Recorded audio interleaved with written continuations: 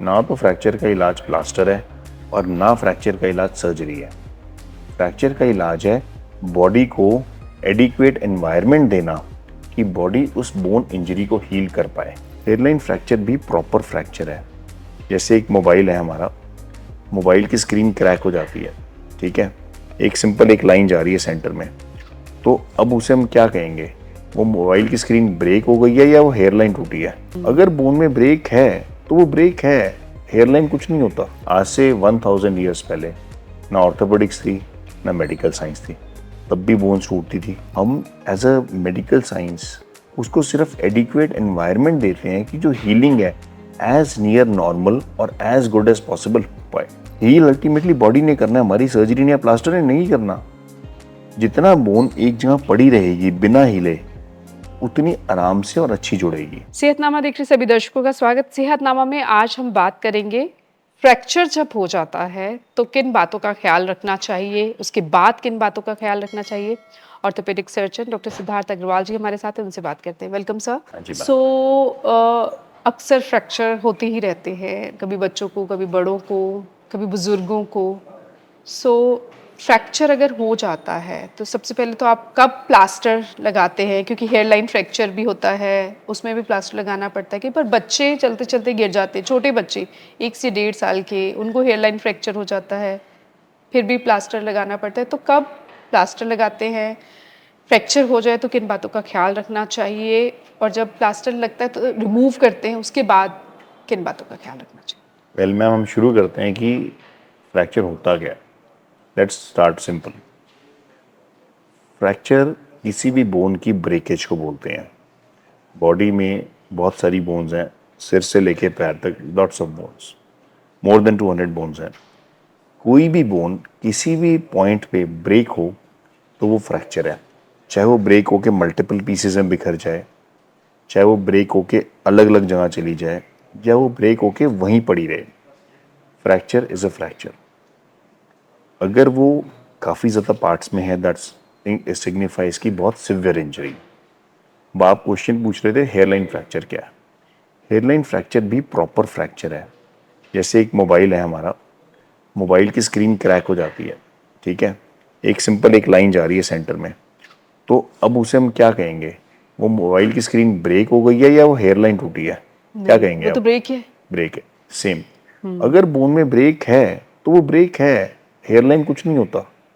टूटा है तो टूटा है। जो फ्रैक्चर होके अपनी जगह पे पड़ा हुआ है, हिला नहीं है, that can be commonly called as hairline fracture. पर फ्रैक्चर बट है वो वो। कंप्लीट फ्रैक्चर है। There is nothing known as hairline fracture और इनकम्प्लीट फ्रैक्चर। ओके, अक्सर ये कहा लोग सोचते हैं, मेरे जैसे लोग ये सोचते हैं कि हेयरलाइन फ्रैक्चर मतलब माइनर सी चीज़ है। माइनर नहीं, वो सेम पूरी सिवियरिटी का फ्रैक्चर। आपकी मोबाइल की स्क्रीन सिर्फ एक लाइन में टूटी है, मल्टीपल पीसेस में शैटर नहीं हुई, बस इतना ही फर्क है। ओके। और वो अपनी जगह पे पड़ी हुई है, तो आप उसको यूज कर सकते हो। अगर वो टूट के हिल गई तो आपको रिप्लेस करनी पड़ती है, हाँ कि ना। बट अगर अपनी जगह पे पड़ी हुई एक सिंगल क्रैक है तो आप उसको यूज कर सकते हो। दैट इज और हेयरलाइन फ्रैक्चर। पर अगर आपके यूजेज से वो हिल जाता है क्रैक, तो क्या होगा, आपको चेंज करनी चेंज पड़ती है। करना पड़ता है, बिल्कुल। सिमिलरली हेयरलाइन फ्रैक्चर को अगर हम केयरफुली ना हैंडल करें और उसको यूज करें और वो फ्रैक्चर लाइन पे हिल जाए, तो फिर आपको उसका भी प्रॉपर ट्रीटमेंट करना पड़ता है। And it is not because कि वो इंजरी कम थी या ज़्यादा थी, बस लकीली वो अपनी जगह पे रुकी हुई थी, तो बस that is what we call hairline fracture. तो hairline fracture is a complete fracture which stage in its place. Alright. तो हर फ्रैक्चर का इलाज प्लास्टर है, आप नहीं, प्लास्टर चढ़ा देते हैं। ना तो फ्रैक्चर का इलाज प्लास्टर है और ना फ्रैक्चर का इलाज सर्जरी है। फ्रैक्चर का इलाज है बॉडी को एडिक्वेट एनवायरनमेंट देना कि बॉडी उस बोन इंजरी को हील कर पाए। I put it in other way. आज से 1000 ईयर्स पहले ना ऑर्थोपेडिक्स थी ना मेडिकल साइंस थी, तब भी बोन्स टूटती थी, तब भी फ्रैक्चर्स होते थे, ठीक है। तब कैसे हील होते थे, बॉडी ने बाय डिफॉल्ट हर इंजरी को, चाहे वो कट है, चाहे फ्रैक्चर है, चाहे कुछ भी है, हील करना ही करना है। ओके। हम एज अ मेडिकल साइंस उसको सिर्फ एडिक्वेट एनवायरनमेंट देते हैं कि जो हीलिंग है एज नियर नॉर्मल और एज गुड एज पॉसिबल हो पाए। चाहे हम प्लास्टर दें, चाहे हम सर्जरी करें, उसका पर्पस भी वही है। हील अल्टीमेटली बॉडी ने करना है, हमारी सर्जरी ने या प्लास्टर ने नहीं करना। जितना बोन एक जगह पड़ी रहेगी बिना हिले, उतनी आराम से और अच्छी जुड़ेगी। इट जस्ट लाइक आपने फेविकॉल डाल के छोड़ दिया 2 पीसेस को, आप हिलाते रहोगे तो अच्छे से हील नहीं होगा। प्लास्टर क्या करता है, बोन्स के दोनों एंड को एक जगह पकड़ लेता है बाहर से। जब हमें लगता है हम एडिक्वेट तरीके से एक्सटर्नली पकड़ सकते हैं तो हम प्लास्टर लगा देते हैं, और जब हमें लगता है कि हम प्रॉपरली दोनों बोन पीसेस को नहीं पकड़ सकते externally by plaster, then we operate.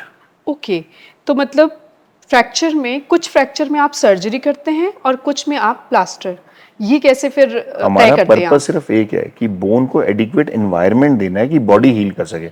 मैंने कुछ नहीं करना, मैं हड्डी नहीं जोड़ता। मैं दुनिया में कोई भी मेडिकल साइंस बोन नहीं जोड़ सकती। तो फिर जो सर्जरी करते हैं वो Yes, कैसे? वो उसका सिर्फ एक पर्पस है कि बोन को सही अलाइनमेंट में पकड़ के रखना। ओके, अगर वो अलाइनमेंट में पकड़ना प्लास्टर से पॉसिबल है, एक्सटर्नल तरीके से तो हम प्लास्टर लगा देते हैं। अगर हमें लगता है कि हम बोन को अलाइनमेंट में नहीं पकड़ सकते वाया प्लास्टर, तो उसे हम वाया एक्सटर्नल डिवाइसेस जैसे कि प्लेट्स और स्क्रूज और रॉड से पकड़ते हैं। बट ये सारी चीज़ें सिर्फ टेम्परेरी होल्डिंग डिवाइसेस हैं जब तक बॉडी बोन को हील करे। वंस बॉडी हील्स दी बोन, इन सबका रोल खत्म और वो यूजलेस है। और अगर बॉडी किसी कारण से हील नहीं करती, दुनिया की कोई भी सर्जरी, कोई भी प्लेट, कोई भी रॉड, कोई भी प्लास्टर यूजलेस है, वो सब फेल हो जाएगा। Ultimately bone has to heal so has to take the load of the body. तो जो जितना भी आप चाहे वो प्लेट डाल के या स्क्रू डाल के सब आप लगा temporary रहे है, वो सब सब temporary। सपोर्टिंग है। सब टेम्परेरी सपोर्टिंग है। I give you a simile. आपने कभी कंस्ट्रक्शन देखी होती है? कभी कंस्ट्रक्शन छत डलती है और लिंटल डलता है जिसे कहते हैं। जी, जब वो लिंटल डालते हैं तो बड़े बड़े वो डंडों से ऊपर प्लेट्स फिक्स करते हैं, बिल्कुल। उसके ऊपर डालते हैं। 15 दिन में जब वो ड्राई अप हो जाता है तो सारी उतार देते हैं। दीज लकड़ी के डंडे and those plates, these are the implants that we use. Ultimately उससे काम सिर्फ टेम्परेरी सपोर्ट है जब तक वो हार्ड सॉलिडिफाई हो रहा है। सेम जब तक बॉडी बोन को जोड़ती है तब तक उस प्लेट और रॉड ने पकड़ना है, उसके बाद वो यूजलेस है। सिर्फ ये होता है कि क्योंकि वो अंदर है, उसको निकालना अपने आप में टीडियस काम है, इसलिए वो निकालते नहीं, हम छोड़ देते हैं। They are made compatible with the body, okay, but otherwise their work and function is finished once the bone is healed up. Okay. जो अंदर के सर्जरी के टाइम स्क्रू होते हैं, रॉड होती है, प्लेट्स होती है, वो तो पड़ी रहती हैं। They can be removed if somebody wants them, but पर वो एक बार otherwise फिर से सर्जरी करनी yes, पड़ेगी। again वो पूरा प्रोसीजर है कि ऑपरेशन थिएटर लेके जाओ, सर्जरी करो, कटिंग करो। तो उस चीज को अवॉइड करने के लिए हम रिपीट सर्जरीज नहीं करते। Plus they are bio compatible, they are compatible की लाइफ वो लॉन्ग बॉडी पड़ी में रहे, आपके कुछ नहीं कह कुछ रही। नहीं, इसीलिए वो सर्जरी जनरली नहीं करते। ओके, अदरवाइज उनका रोल खत्म हो जाता है after may be 6 month 8-9 month, जब पूरी स्ट्रेंथ आ गई। अब मैं इस पे आ रही हूँ, प्लास्टर पे। जब आप हाथ में या पैर में कहीं भी चोट लगी, आप प्लास्टर चढ़ाते हैं, तब किन बातों का ध्यान रखना चाहिए? मैम प्लास्टर में दवाई होती है? आपने कभी देखा कोई दवाई? नहीं होती। कुछ पाउडर सा कुछ निकल नहीं रहा होता, वो होता तो है, बाहर की white, POP है। white, बस हाँ। प्लास्टर का काम है सिर्फ बोन को एक एडिक्वेट जगह पे पकड़ के रखना, बस हिले ना वो। हिले ना। राइट। अगेन हीलिंग कौन कर रही है? आपकी अपनी बोन। बोन, अपनी बॉडी। तो हमने सिर्फ बाहर से पकड़ना है। तो हमने ऐसी चीजें नहीं करनी जिससे वो बोन हिल सके, उस पर चलना, उसको लोड करना, उसको पंगे लेना कि वो बोन हिले, बस इसके अलावा कुछ नहीं है। सिर्फ हमने प्लास्टर को, बोन को पकड़ने में हेल्प करनी है, that's all. Secondly, most of the plasters are not water resistant, तो हमें उन्हें पानी से बचाना होता है, अदरवाइज वो डैमेज कर सकती है। ओके। और जो प्लास्टर लगा होता है तो आप कितना लंबा, कुछ लोग कहते हैं 4 हफ्ते, कुछ कहते हैं 6 हफ्ते, आइडली कितना लंबे समय तक आपको प्लास्टर को रखना चाहिए? Basic speed of healing of bone is 1% per day, basic speed.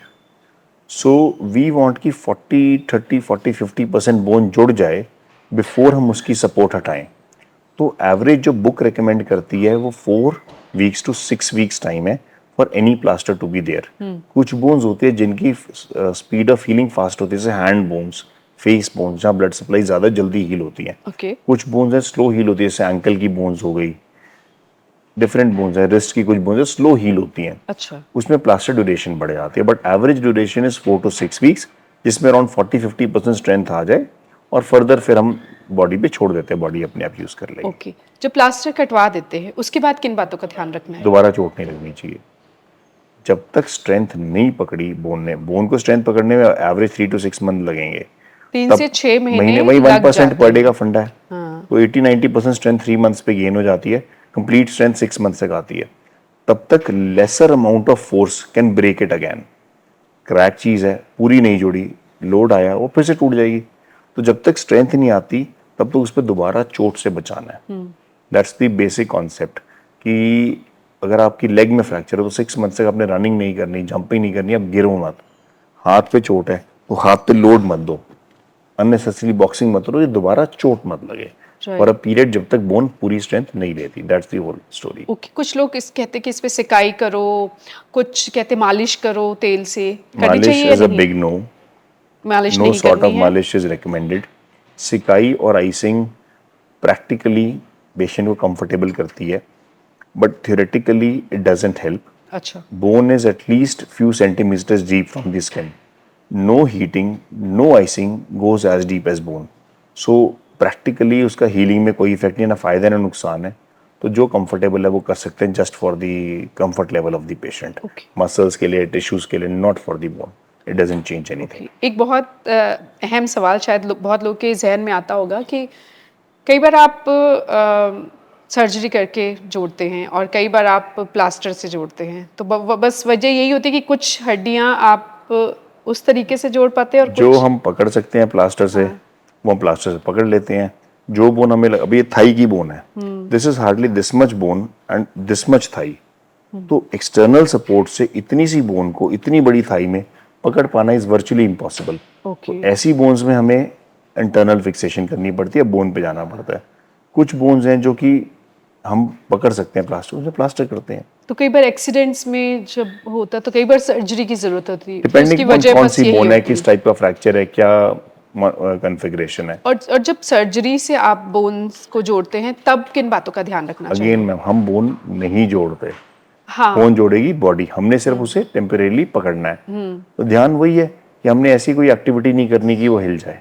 चाहे हम बाहर से पकड़ रहे हैं चाहे अंदर से, है तो वो टेम्परेरी फिक्सेशन। Okay. उसको लोडिंग नहीं करनी जब तक वो हील नहीं होती। Right. एक ही कॉन्सेप्ट है सो फ्रैक्चर में। ये सिर्फ एक्सरे से डिसाइड होता है कि किस आपने सर्जरी करनी है primarily या आपने primarily X-ray. Fracture. Sometimes we need further investigations like CT scan for more detailed evaluation, वो हम देखते हैं। ओके। हाँ जी। एनी टिप्स, कुछ डूज एंड डोंट्स जाते जाते? Always follow your orthopedic surgeon. So far as the regards for duration of treatment is concerned, the exercises are concerned and precautions.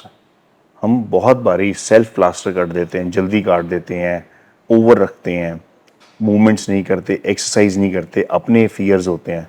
So better is to believe your surgeon and do the recovery part as per his advice. Okay. और plaster हटाने के बाद और surgery के बाद जो exercise और movement आप बताते हैं वो पर्सन टू पर्सन होता है? Yeah, that is totally and totally case based.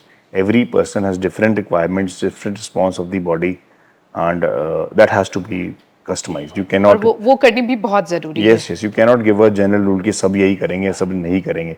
There is always a variation of 10 to 20% with everyone, so that has to be customized. जाते जाते एक और आखिरी सवाल कि क्या आप चाहे प्लास्टर से जोड़े या सर्जरी से, क्या बोन वैसी हो पाती जैसी ओरिजिनली होती मैम है? आपके पास गाड़ी है? आप चलाते हो? कभी मैं एक्सीडेंट चलाती किया है? हूँ। कभी बहुत तो किया होगा। minor सा, हाँ। किया है? गाड़ी वर्कशॉप जाती है और बिल्कुल नहीं बन जाती है।